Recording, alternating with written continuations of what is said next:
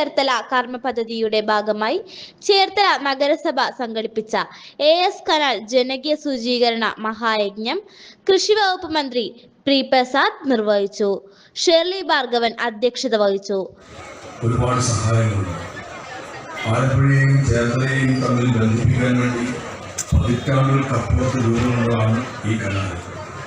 Canal രൂപം കൊണ്ടതിന് ശേഷം പിന്നീട് ചില പ്രയാസങ്ങളും പ്രതിബന്ധങ്ങളും എല്ലാം ഉണ്ടായി. കനാലിൻ്റെ ഭാഗമായിട്ട് വെള്ളത്തിൻ്റെ ഒരു വാർച്ച ഉണ്ടായി, അല്ലെങ്കിൽ വെള്ളം പലരും വലിഞ്ഞു മാറുന്നു എന്നൊക്കെ ഒരു അഭിപ്രായങ്ങൾ ഉയർന്നു വന്നപ്പോൾ കനാലിനിടയിൽ ചില മുട്ടുകൾ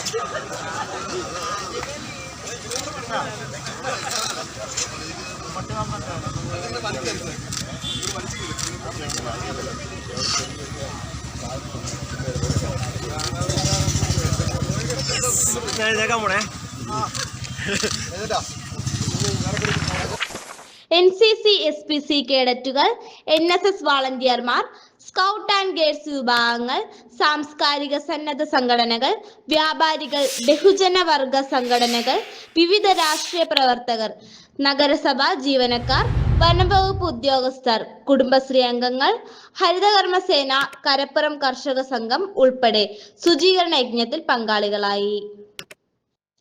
സി ന്യൂസ് ചേർത്തല.